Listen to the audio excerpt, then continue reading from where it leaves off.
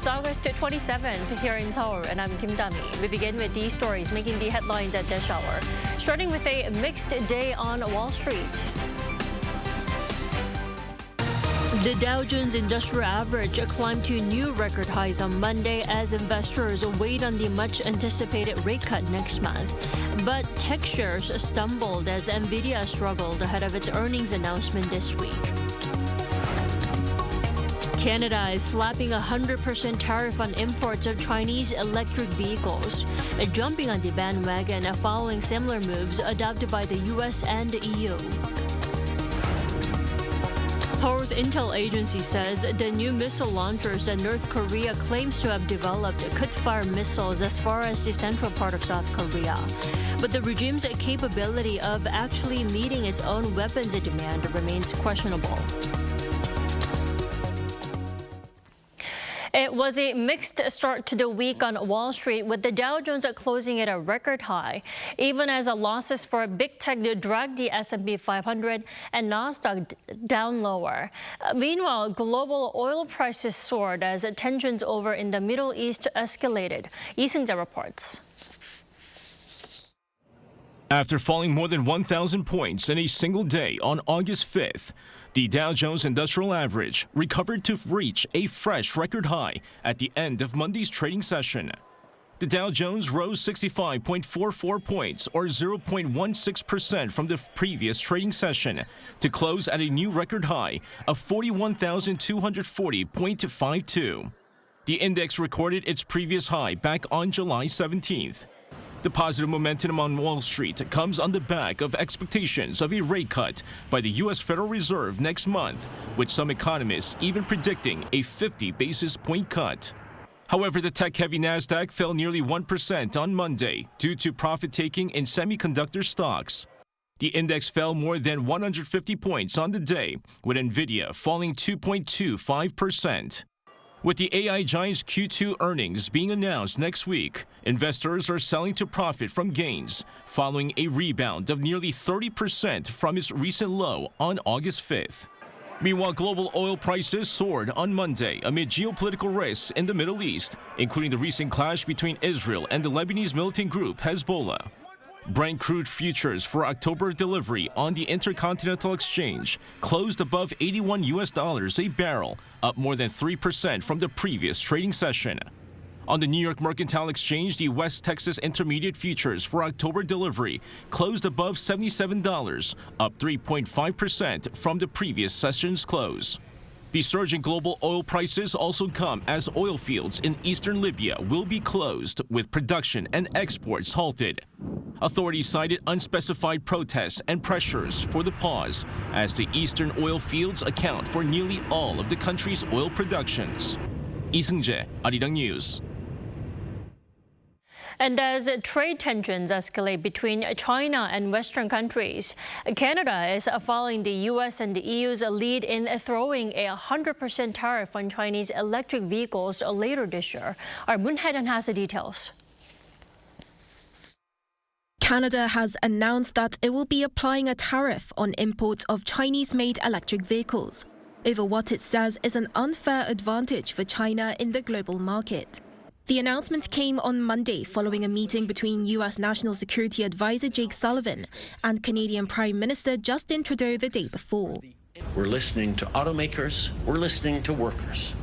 Shortly, we will be introducing a 100% tariff on Chinese-made electric vehicles and a 25% tariff on Chinese steel and aluminum.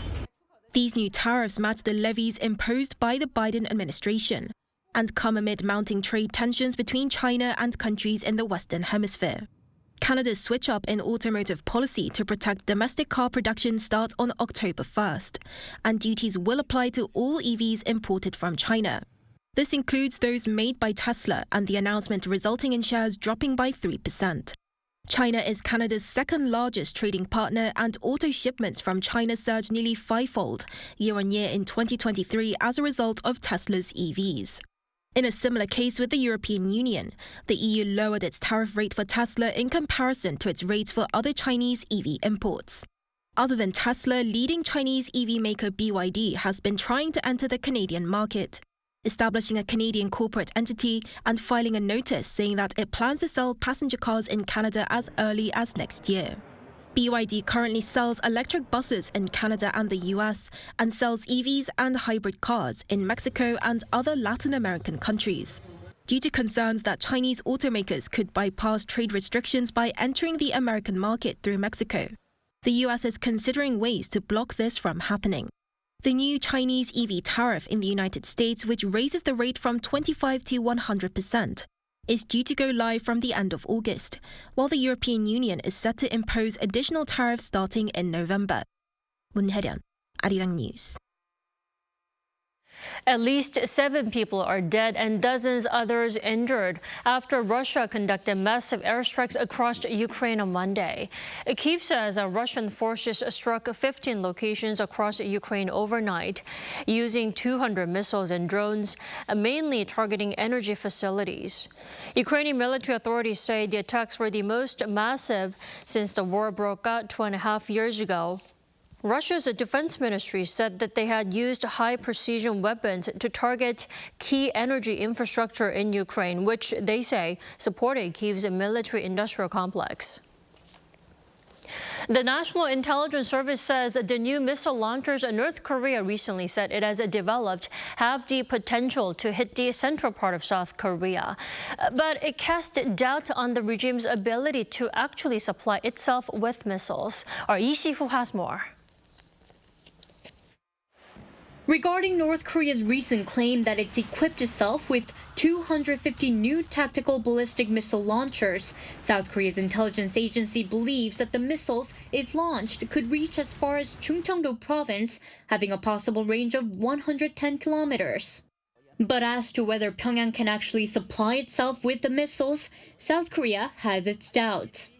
This is according to a National Intelligence Service report made to the National Assembly Intelligence Committee on Monday. The vice chairman of the committee, lawmakers Lee Sung-kwon and Park Sun-won, following their meeting with the NIS, told reporters that there are concerns about the launcher's potential frontline placement and operation, and that there is pressure to prepare for defense.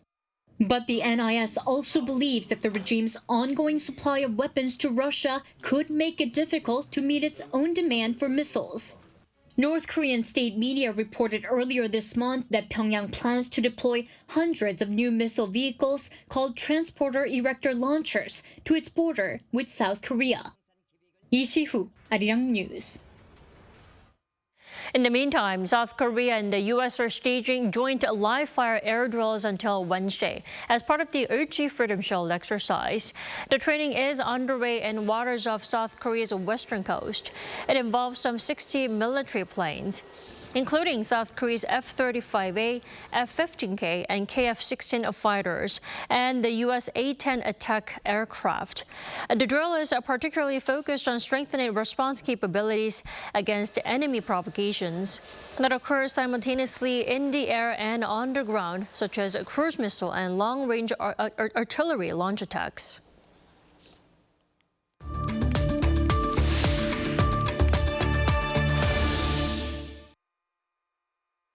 The coronavirus that has been going around this summer is expected to be tamed after hitting its peak this week. But the spread also rings alarm bells over the need to secure locally developed and approved antiviral treatments. We're joined by Dr. Kim Seung-taek for more this morning. Thanks for joining us. Good morning. So the resurgence of COVID here in South Korea was initially expected to hit its peak this week, but some analysts note that the spread isn't as bad as we all thought. Is that so? Well, first of all, we are actually experiencing two surges of COVID-19. Well, this year and then the last year, and then but these surges are actually different from those that we actually experienced during the early COVID-19.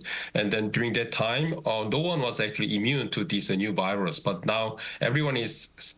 It's got just immunity, whether it was from infection or just vaccination.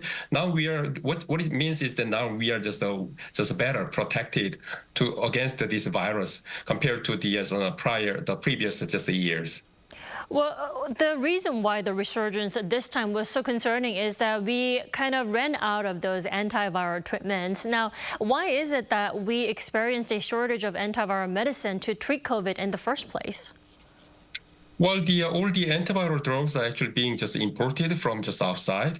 And then I think this is simply just a matter of just the estimation of future events and then some budget planning issues. Other than that, I think maybe we have to think about some expiration of the drugs that we already have just obtained.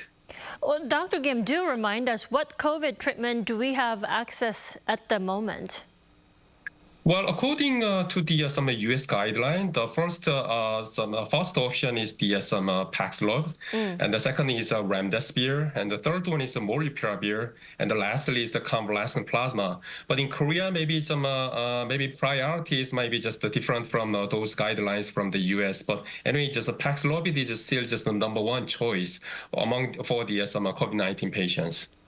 Right, and now that COVID has become more of a seasonal illness that comes and goes around like the flu, which is why there are growing calls for approving a local COVID treatment. What local options do we have on the table for now?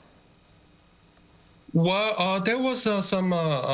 Well, actually, we actually developed our own COVID-19 antiviral drug, which was actually monoclonal antibody developed by the Celltrion. But one of the caveat of this monoclonal antibody is that this is very vulnerable to the variant. I mean, most of the variant has some mutations on the spike gene, which actually just makes the virus evade from the neutralization capacity by the monoclonal antibody. But this one was now no more recommended for the treatment of COVID-19. But there were some other. It's not really not for just Korea, but other some sort of just a local treatment developed by some specific countries.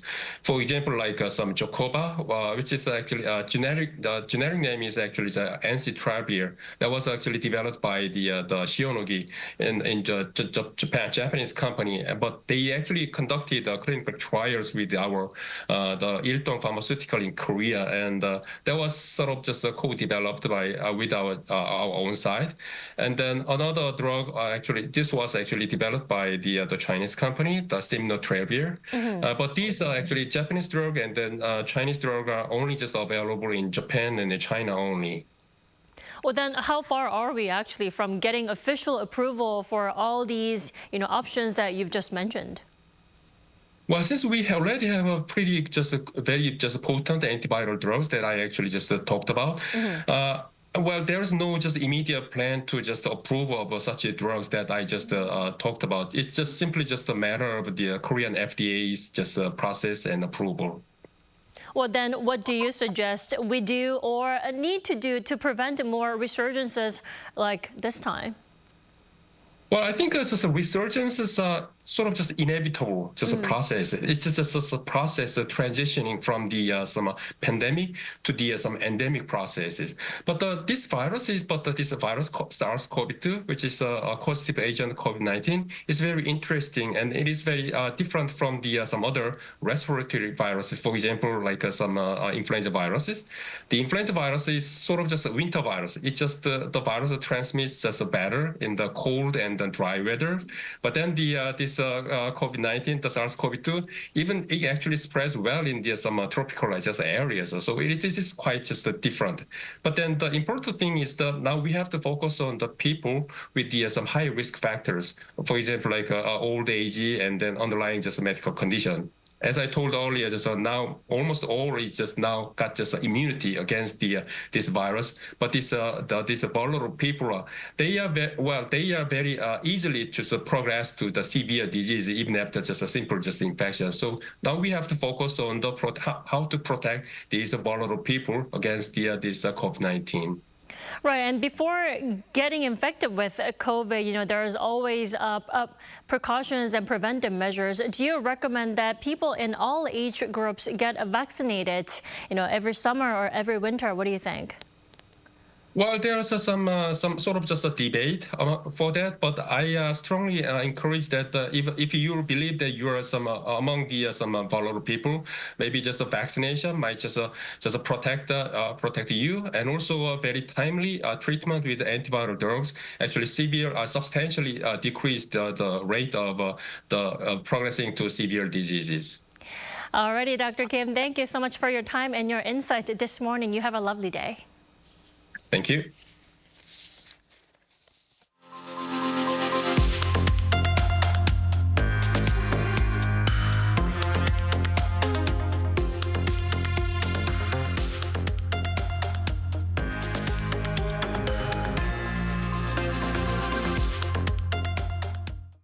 On the culture front, an original musical based on Arirang, a traditional Korean folk song, has mesmerized people around the world. Our Choi Soo-hyung tells us more.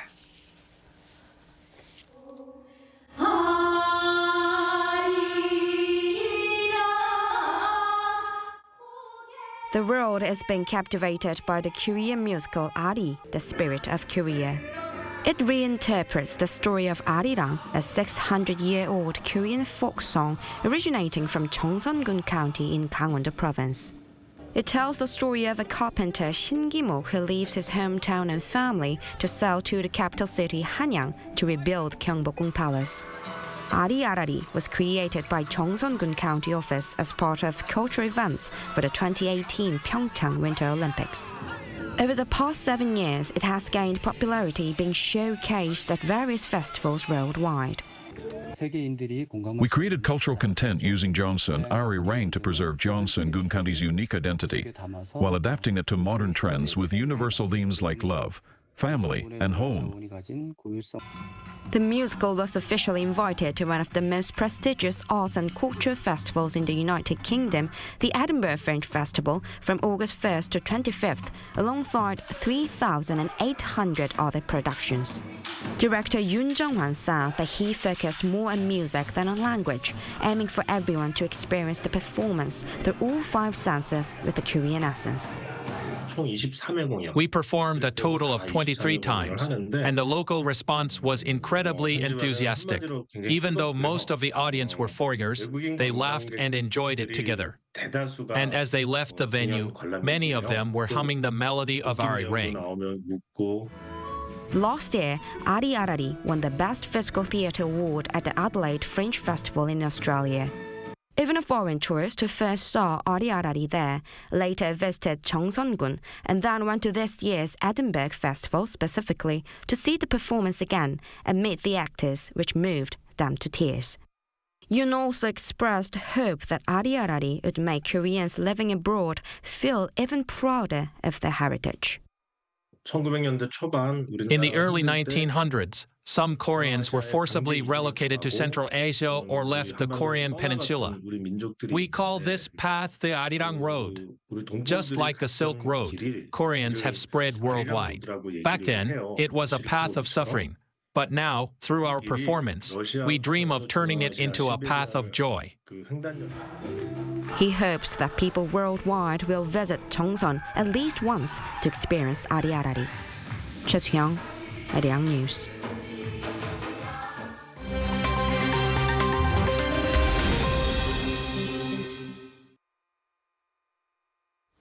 Good morning, I'm Walter Lee, and this is The World Now. Starting off in Pakistan, officials confirmed on Monday local time that at least 73 people have been killed in a wave of separatist militant attacks and military counter-operations in Balochistan province. Insurgents targeted police stations, railway lines and highways. Pakistan's military reported that following one of the attacks, 14 soldiers and police officers, as well as 21 militants, died in fighting on the major highway in the Lesbela district. Balochistan Chief Minister Sarfraz Bukti confirmed that 38 civilians were also killed, including 23 passengers who were shot with their vehicles set ablaze. The Baluch Liberation Army took responsibility for this and the other attacks, including a suicide bombing on a parliamentary base involving 4 attackers, though authorities have yet to confirm all details. The BLA is one of several insurgent groups fighting for independence from Pakistan. It accuses the central government of exploiting the province's resources. The group also calls for the expulsion of China from Balochistan. Moving to France, where right-wing leaders Marine Le Pen and Jordan Bardella met with President Emmanuel Macron on Monday, as Macron continues meetings to find a new prime minister. Bardella, head of the National Rally, or RN party, told Macron that choosing a prime minister from the left-wing coalition would be a danger to public order and the economy. Le Pen has described the current political situation as chaos, saying that there is no easy solution to the crisis. The challenge for the next Prime Minister of France will be securing parliamentary approval for critical reforms, including the 2025 budget, amid pressure from the European Commission, and bond markets to reduce France's deficit. Iran's Major General Mohammad Bagheri of the Islamic Revolutionary Guard Corps has said that revenge for the killing of Hamas leader Ismail Haniyeh is, quote, certain. Speaking at a ceremony for the armed forces in Tehran on Monday, Bagheri stated that Iran will determine how and when to respond to the assassination on July 31st, which it blames on Israel. Iran's Revolutionary Guards had previously confirmed that Haniyeh was killed in a Tehran by a short-range projectile. And finally, a cake wasn't enough for 102-year-old British woman Minette Bailey, who decided to celebrate her birthday by jumping out of a plane. The skydive over Suffolk was undertaken to raise money for charity, and Bailey now becomes the oldest skydiver in Britain. This is not her first daredevil experience, though. When she turned 100, she drove a racing car at 209 kilometers per hour.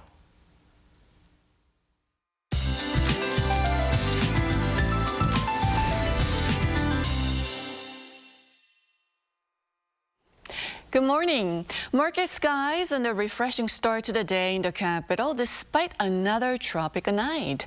Right now, scattered rain clouds are dropping light showers to the capital area and Gangwon-do province.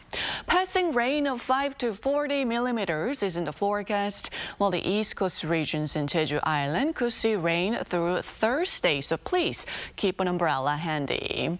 Now, heat wave alerts for the east of Gangwon-do have been lifted, with the warning downgraded to an advisory in many parts. So the intense heat has died down, but it continues to be hotter than usual, with heat wave alerts remain in place across much of Korea. And this afternoon, Seoul and Daejeon will be as hot as yesterday, getting up to 32 degrees. Jeju Island will make it to 31 degrees Celsius this afternoon. Now, the capital area and the west of Gangwon-do should see sunnier skies after lunch. Now, the rest of August looks like being a scorcher under sunnier skies, which could be the weather pattern through early September. That's Korea for you, and here's a look at the international weather conditions.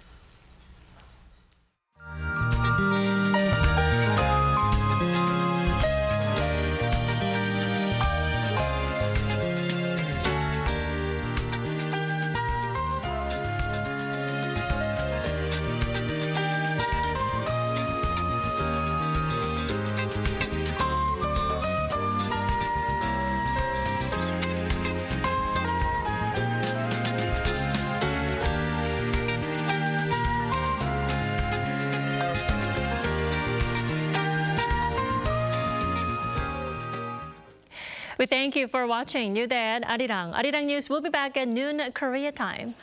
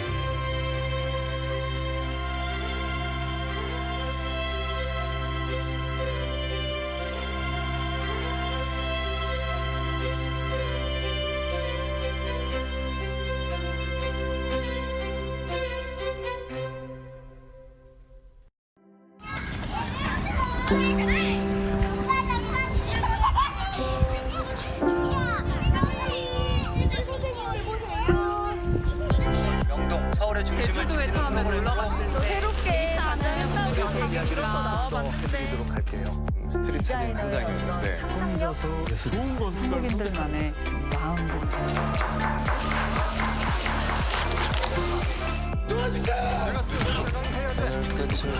같이 갈래요?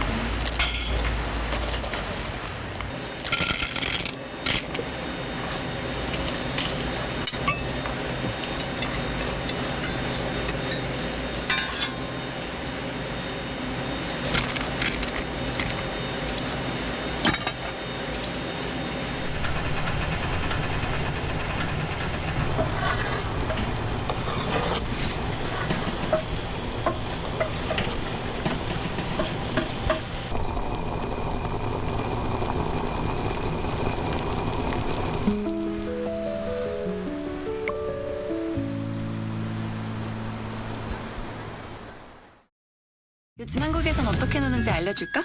한국에선 아이돌이 되어볼 수도 인생 번호를 찾을 수도 있지. 제일 핫한 포토 스팟은 여기.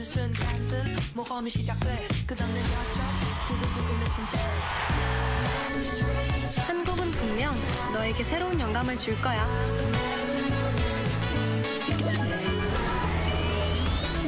이런 한국, 와보지 않고는 모를걸? 진짜 한국에선 어떻게 먹는지 알려줄까? K-바비큐? 신김치랑 먹어야지. 치킨? 치맥 페스티벌은 처음이지? 김치? 종류만큼 먹는 법도 가지각색. 김밥?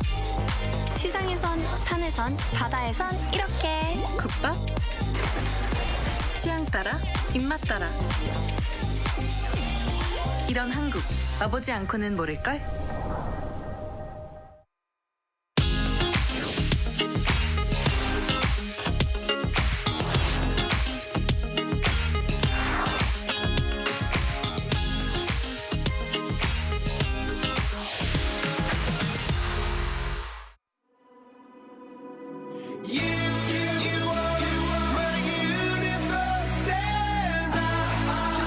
We're here to bring a new type of news show. New insights, new styles, and new topics every single day. We are News Generation. Bring news just for you. It's Tuesday, August 27th here in Seoul. I'm Song Yujin, and you're watching News Generation. Today, we're joined by Kwon Ji-hyun. Happy Tuesday. Happy Tuesday. And Cheska Dain-ha. Happy Tuesday, everyone. Happy Tuesday. Both are here to speak on behalf of those in their 20s and 30s. As usual, we're going to start with our news feed, which covers different hashtags and news items that have been trending online. Let's start with the Paris 2024 Paralympic Games, which kicks off this Wednesday. Hong Kong martial arts actor Jackie Chan has been chosen as one of the torchbearers for the Games. According to the Paris Paralympics Organizing Committee, Chan will carry the torch on Wednesday afternoon in Paris, just hours before the opening ceremony. French actor Elsa Gilverstein and dancer Benjamin Millepied will also take part in the relay. Now, staying with the sports, Hong Myung-bo, the new manager of the South Korean men's national football team, announced his first 26-man squad on Monday since taking up the position for a second time.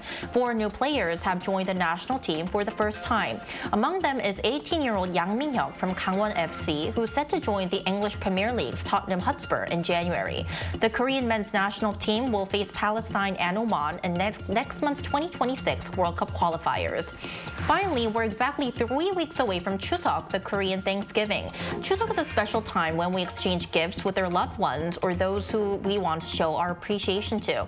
However, with rising prices, things are a bit different this year. According to a survey by the Korea Agro-Fisheries and Food Trade Corporation, 35.3% of respondents said their budget for Chuseok gifts this year is under 100,000 Korean won, which is about $75 US.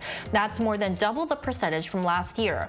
Also, one of the largest grocery store chains in the country reported that 83% of the orders for Chuseok gift sets were under 50,000 won, roughly $38. So here in the studio, I want to ask our panelists, do you also exchange gifts for Chuseok? And if you do, how's your budget looking like this year? I mean, I think this newsfeed is perfect for the type of conditions that are going through in my household, because maybe because of the rising prices, but our household has been extremely streamlined. So even though I visit my grandparents during Chuseok, they rarely cook. Now we buy prepaid meals and we have like a couple of dishes, maybe a meat just to, you know, kind of entertain the family, but that's about it. But because all my family is in New York, I have a very interesting tradition. And when I visit New York for Thanksgiving, what I do is we actually cook for our parents. That's so nice. Yeah, we do the grocery shopping and we prepare the whole spread, but I don't think they appreciate it as much. Well, they might appreciate it inside. They might not express it to you. I hope so, but it's Thanksgiving, so I do hope they express more thanks to us. Yeah.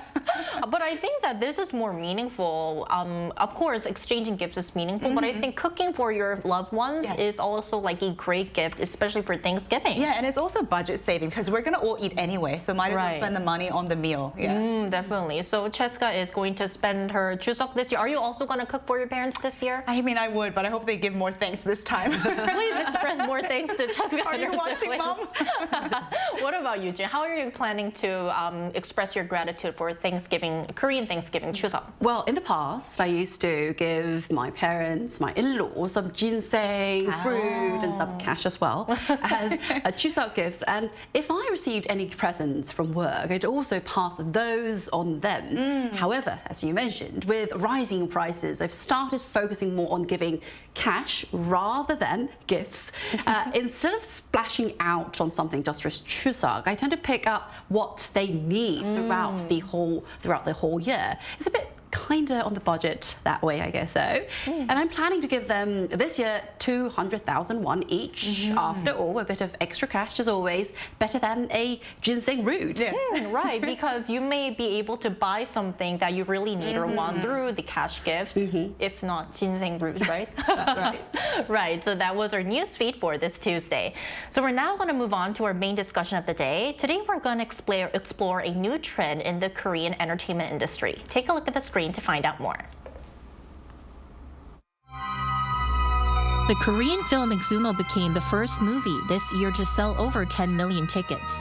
The film revolves around 2 shamans investigating a series of mysterious events surrounding a wealthy family. But it's not just Exuma. This year, we've seen a surge in movies and TV shows centered around shamans, leading to what's being called the K-occult phenomenon. The term occult refers to beliefs, practices, or phenomena that are supernatural, mystical, or magical. So, what is it about this genre that has captivated audiences? Right, so traditionally, occult-themed entertainment was more of a niche in Korea, but it now seems to have become part of the mainstream. So I want to start off by asking our panelists, could you share some examples? Yes, of course. Well, the occult culture was once a niche subculture, as you mentioned, primary, enjoyed by a small, dedicated audience. Like me. Like you, and including myself. However, it has recently become a mainstream theme in films, OTT platforms, and TV variety shows. For example, the film Pamyo or Exuma attracted over 10 million viewers. Right. It has led the trend of Gen Z interest in shamans. Its success highlights the strong influence of shamanistic traditions and occult practices in Korean society. The film still remains popular on Netflix, and the comedy occult movie Handsome Guys is also performing well at the box office these days. Right, so we're seeing more occult-themed movies in the theaters, but it's not just theaters, right, Cheska? Yeah, it's definitely expanding beyond the theater. So I don't know if some of you have watched it. Giona, I kind of talked about it, but there is a dating program called Possessed Love. A great title, which I think is called 신들린 연애. It was a big hit. Was it? Yeah. I mean, I unfortunately haven't watched it, but apparently the shamans come as the bachelors and bachelorettes and try to date by forecasting the relationships and the romantic, intricacies of what goes on between, in the dating variety show. And another one that came out is literally called Shaman, and it's a documentary series that brings people who have actually experienced or have suffered from being able to see or interact with supernatural beings. So as we can see, there are so many contents that are being created that has to do with shamanism, and as we talked about, some of a very scary thing for me personally. Right, so a variety of genres or content, for example, movies that Juyeon mentioned, dating reality shows and documentary shows as well. Now, as mentioned in the VCR earlier, these type of content all fall under the so-called occult genre, which includes elements like devils, demons, witchcraft, sorcery, voodoo, and shamans. Now, everything. Now, some people are drawn to these themes and believe in them, like me, for example, while others are a bit more skeptical. So I want to ask our panelists, what do you think? Do you find these content appealing? Do you believe in these beliefs? It is appealing indeed, but I'm Christian. I was raised in a religious family, so I believe in God and don't really put much faith in things like fortune telling or shamanism. However, that doesn't mean I'm not interested in occult culture. I have enjoyed watching dramas with occult elements like Drama Chiok or Hellbound, and I'm sure some of you remember this 2015 drama, Odae Kishin, my Ghost in English.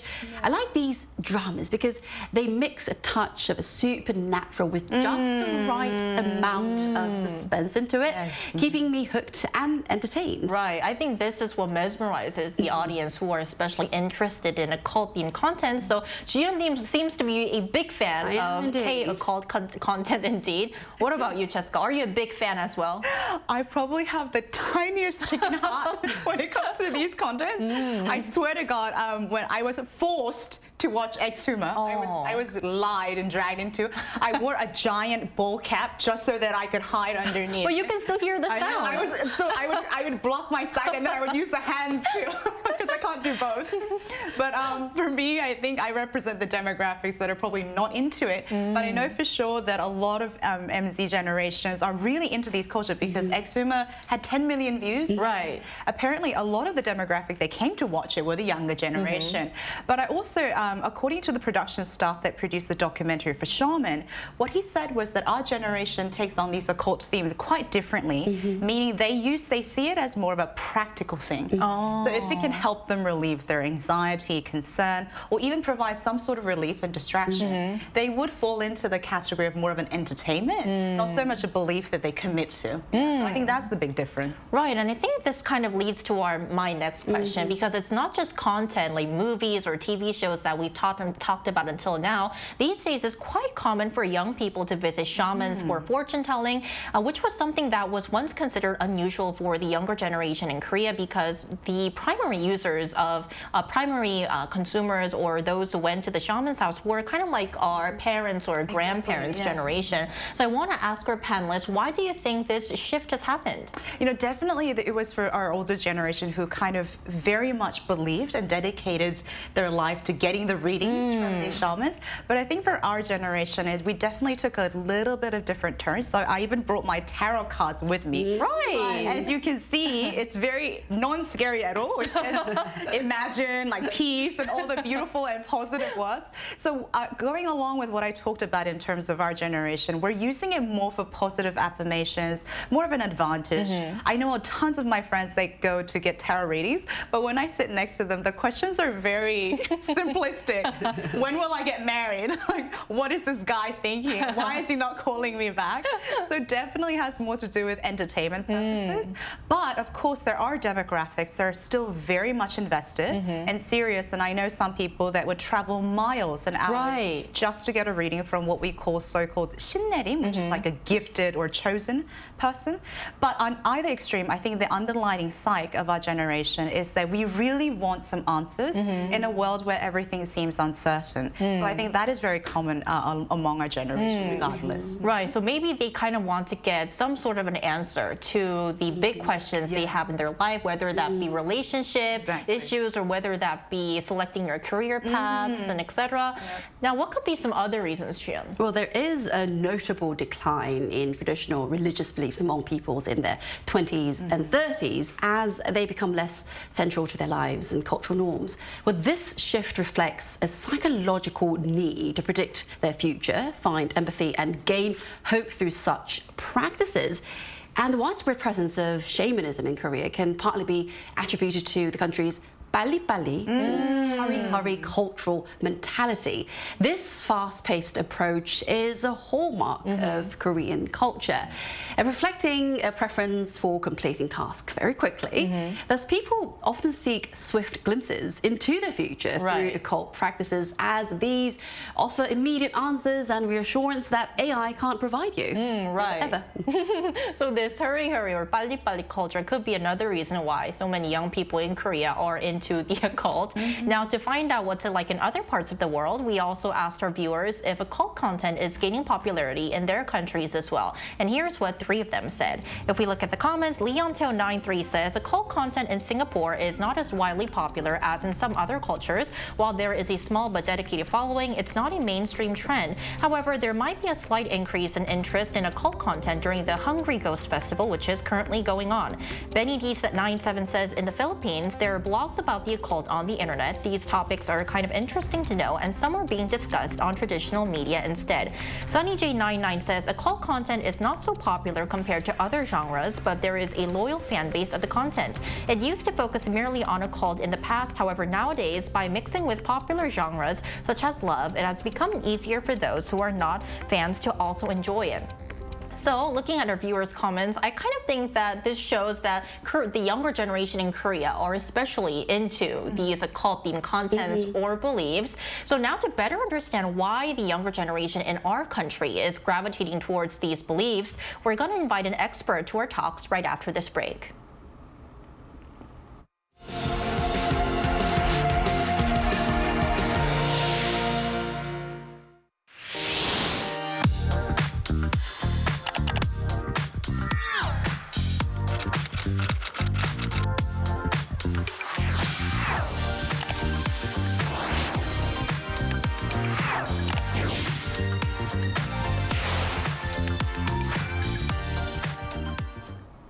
So today we're joined by Christy Chun, a counselor at the Torch Trinity Counseling Center in Seoul. Welcome back to the show, Christy.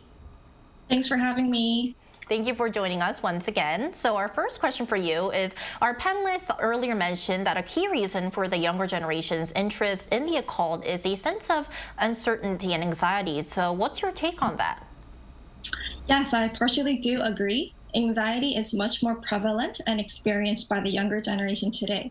Since people are more uncertain with their future, relationships, and career, I think people are drawn to occult content or anything that can portray what might happen in the future, because this gives them a sense of ease and comfort. Uncertainty itself arouses anxiety. And so being able to specify and be more certain would lessen anxiety.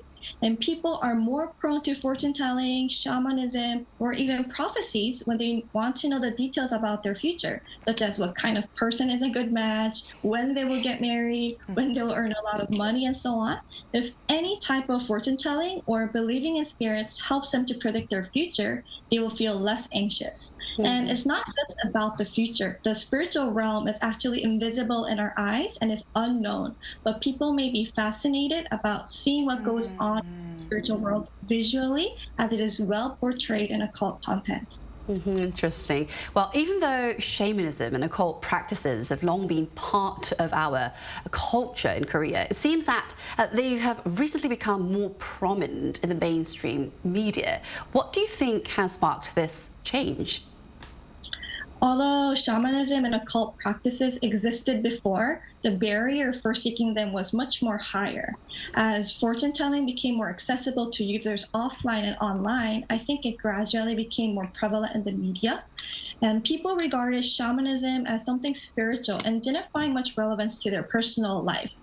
But modern fortune telling helps people to understand their past, their personality traits, behavioral tendencies, and guides them to choose big decisions in their life. This is interesting because getting to know oneself is actually can be gained from psychological counseling or even coaching. Yes. But now if it's any tool or services that help people to feel more certain about themselves, then they'll rely on them more. And another possible reason to why shamanism and occultism has been more prominent is because it combines two popular topics in genres such as romance, fantasy, and thrillers. And this combination of genres, also termed as hybrid genre, arouses psychological stimulation and curiosity, and people find much enjoyment in them. I mean, I actually know a few personal instances of some people that fell heavily into these kind of culture, but what are some considerations and precautions you would like to advise to people when they're trying to consume these contents or services? Yes, it would be good to think about why am I drawn to this type of media or services before being too influenced by them. When our reality is too overwhelming for us, we would like to drift away from our issues and turn to stimulating content or rely on occult services that seemingly tells of our future.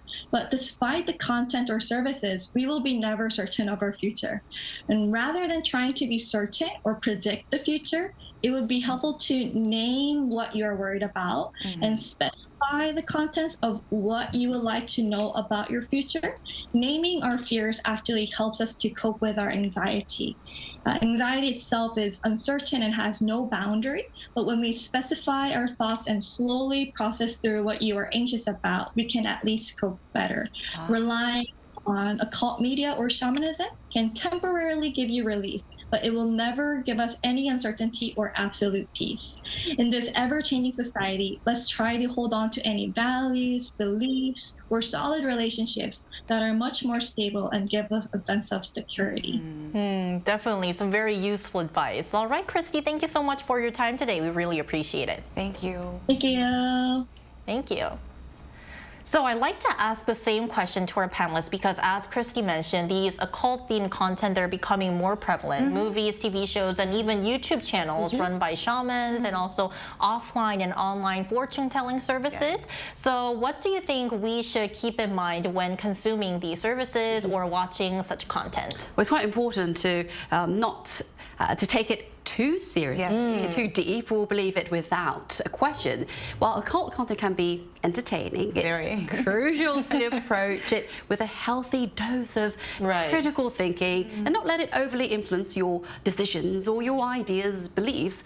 And if a fortune teller predicts a rough day, just remember, their crystal ball might be cloudy, but your future is still bright. Wow, that's such a great quote to end off our discussion today. Well, I think the pressure has mounted on you, Jessica. What kind of advice do you have for our viewers? Christy just told us not to be anxious.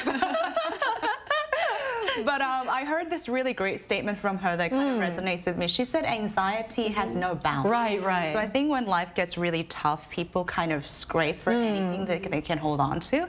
And with any kind of services or content, it is good to consume to a level to get some sort of entertainment or comfort.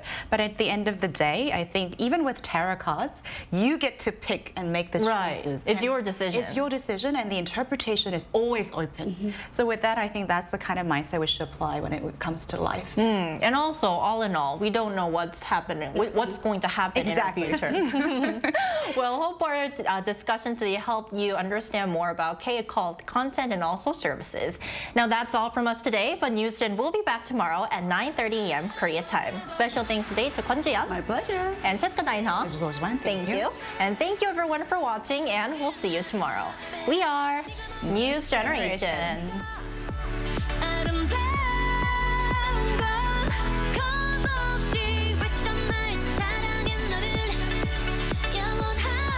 요즘 한국에선 어떻게 노는지 알려줄까? 한국에선 아이돌이 되어볼 수도 인생 번호를 찾을 수도 있지. 제일 핫한 포토 스팟은 여기.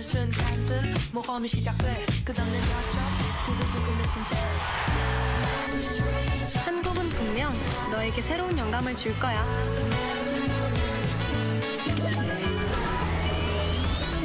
이런 한국 와보지 않고는 모를걸? 진짜 한국에선 어떻게 먹는지 알려줄까? K-바비큐? 신김치랑 먹어야지. 치킨? 치맥 페스티벌은 처음이지? 김치? 종류만큼 먹는 법도 가지각색. 김밥? 시장에선, 산에선, 바다에선 이렇게. 국밥? 취향 따라, 입맛 따라. 이런 한국 와보지 않고는 모를걸?